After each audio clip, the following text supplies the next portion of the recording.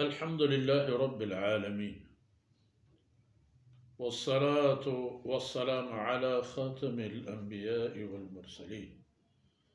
سيدنا محمد وعلى آله وصحبه أجمعين وخلفاء الراشدين المهديين أبي بكر وعمر وعثمان وعلي ومن تبعهم بإحسان إلى يوم الدين. أعوذ بالله من الشيطان الرجيم. بسم الله الرحمن الرحيم. لم يكن الذين كفروا من أهل الكتاب والمشركين منفكين حتى تأتيهم البينة رسول من الله يتلو صحفا مطهرة فيها كتب قيمة. سبحانك لا علم لنا إلا ما علمتنا إنك أنت العليم الحكيم. رب اشرح لي صدري ويسر لي أمري واحلل عقدة من لساني يفقه قولي واجعل لي وزيرا من أهلي رب زدني علما وارزقني فهما ثم أما بعد. گرامی قدر بھائیوں بہنوں اور پیارے بچوں، سورہ بینہ یہ بھی ان مبارک سورتوں میں سے ہیں جو مکی سورتیں کہلاتی ہیں، اور اس سورہ میں ابتدائی آیتوں کو اگر دقت سے دیکھ لیں تو یہ وقائع اور حقیقت واضح ہو جاتے ہیں کہ نبوت کے تسلسل انسانی رشد و ہدایت کی سب سے بڑی ضرورت تھی، اور اس کی تکمیل ہو گئی جناب محمد رسول اللہ صلی اللہ علیہ وسلم پر. اور یہ کہ ہر خلا کے دور میں انبیاء علیہ السلام کے کسی رسول کے دنیا سے انتقال اور دوسرے رسول کی تشریف آوری کے درمیان لوگ حقائق سے منحرف ہو گئے.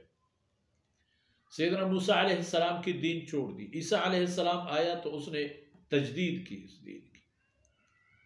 اللہ کے احکامات کے مطابق. جناب محمد رسول اللہ صلی اللہ علیہ وسلم اللہ کے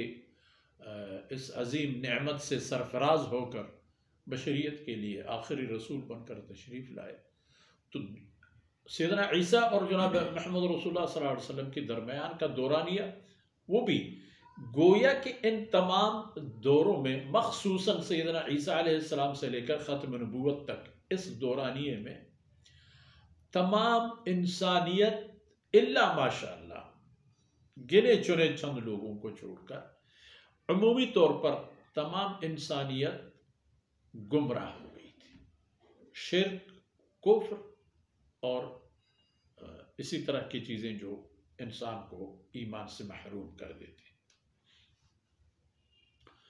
تو فرماتے ہیں لم یکن الذین کفروا من اہل الکتاب والمشرکین. اہل کتاب سے یہود اور نصرانی جو اس زمانے میں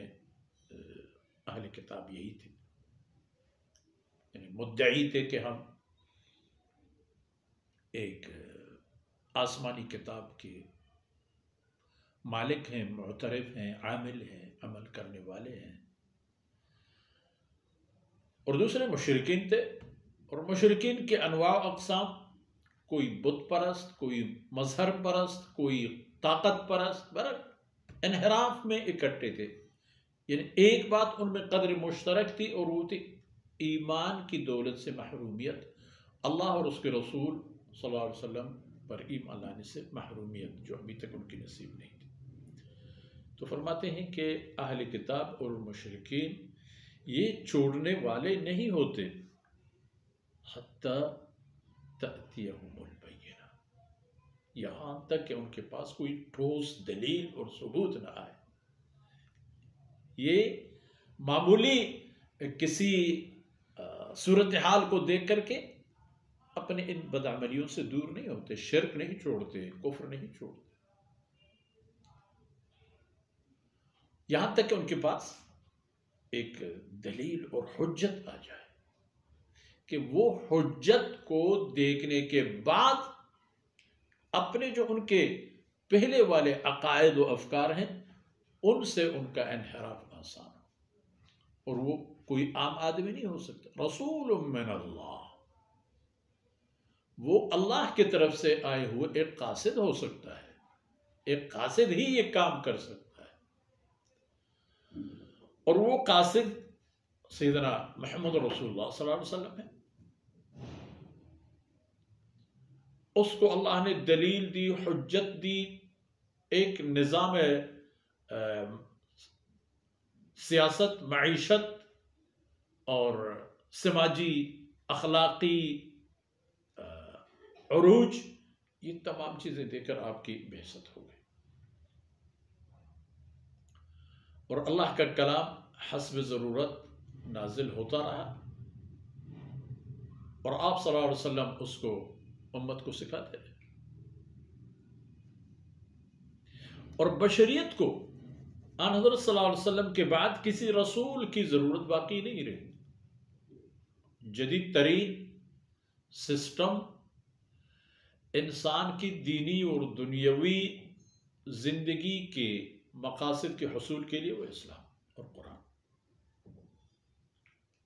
رسول من اللہ، اللہ کی طرف سے وہ رسول ان کے ہٹ درمی اور ان کے اندھے پن تقلید کو ختم کر سکتا ہے، اور ختم کر دیا انہوں نے۔ یتلو صحف مطہرہ، کہ وہ رسول ان لوگوں کے سامنے اللہ رب العزت کی فرمودات کو تلاوت کر لیتا ہے، ان کو سناتا ہے، اور وہ اللہ کی کتابیں مطہرہ ہر قسم کی عیب سے پاک ہیں، ان میں تخیلات نہیں ہے، ان میں جھوٹی باتیں نہیں ہیں، ان میں فراڈ اور دھوکہ نہیں ہے۔ فیہا کتب قیمہ، اللہ کی فرمودات جو رسول صلی اللہ علیہ وسلم پر نازل ہوئے ہیں، ان میں مضبوط اور محکم قسم کے احکامات ہیں، تحریر ہیں، جو اللہ کے احکامات پر مشتمل ہیں، اور وہ اٹل قسم کے حکم ہیں۔ انسان کو زندگی گزارنے کے لیے جو طریقہ کار دے دیا گیا ہے وہ اتنے مضبوط ہیں کہ ان کے تھوڑ پھوڑ سے خدا نخواستہ ضرر انسان کو ہی ملے گا، نقصان انسان کا ہوگا، اللہ کی وحدانیت سے انحراف اس کو جہنم تک لے جائے گا، اور اللہ رب العزت کے احکامات کو نہ ماننا اس کی آخرت کی تباہی اور دنیا کی بربادی بھی ہوتی ہے، اور اللہ کے احکامات پر چلنے سے اس دنیا میں وہ جنت کا تجربہ کر کے یہاں سے کوچ کر چکا ہوتا ہے۔ اتنے مضبوط قسم کے فرمودات رسول کے ساتھ ہوتے ہیں، اور جناب محمد رسول اللہ صلی اللہ علیہ وسلم کو اللہ نے معجزات سے نوازا، فرد نے بھی دیکھا، سوسائٹی نے بھی دیکھ لیا، دوستوں نے بھی مشاہدے کیے، دشمنوں نے بھی مشاہدے کیے، لیکن آن حضرت صلی اللہ علیہ وسلم کی قائمی اور دائمی معجزہ اللہ کا کلام ہے، کہ ایک ایسے انسان جو ایک حرف بھی نہیں لکھ سکتے تھے، اللہ نے تمام علوم اور معارفت، ما کان اور ما یکون، اللہ رب العزت نے اپنی طرف سے انہیں عطا فرمایا، اور اللہ نے فرمایا کہ کتاب ہماری، باتیں ہماری، اور گفتئے اللہ بود، یا گفتئے اللہ بود، گرچہ از حلقوم عبداللہ بود، کہ جو کچھ آن حضرت صلی اللہ علیہ وسلم فرماتے ہیں، اس آیت کا یہ مفہوم ہے، وَمَا يَنْطِقُ عَنِ الْهَوَىٰ، یا رسول صلی اللہ علیہ وسلم اپنی طرف سے کچھ نہیں بولتے، ان هو الا وحی یوحی۔ تو مطلب کہ مشرکین، کفار اور اسلام سے دور لوگ اسی طرح معمولی صورتحال سے اپنے رویہ تبدیل نہیں کرتے، ان کے لیے ایک بہت بڑی دلیل اور حجت کی ضرورت ہوتی ہے، وہ دلیل اور حجت محمد رسول اللہ اور قرآن ہے، اور قرآن کے احکامات جو آئے وہی احکامات ہیں، ان سے ان کی فکر میں تبدیلی آئے گی، اور آج بھی گئی، دنیا نے دیکھ بھی لیا، اور انشاءاللہ اگلے نشستوں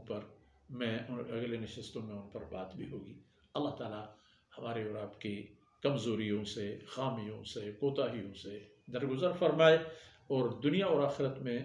ہمیں اپنی نعمتوں اور رحمتوں سے مالا مال فرمائے۔ وصلی اللہ علی نبینا محمد وعلی آلہ وصحبہ اجمعین۔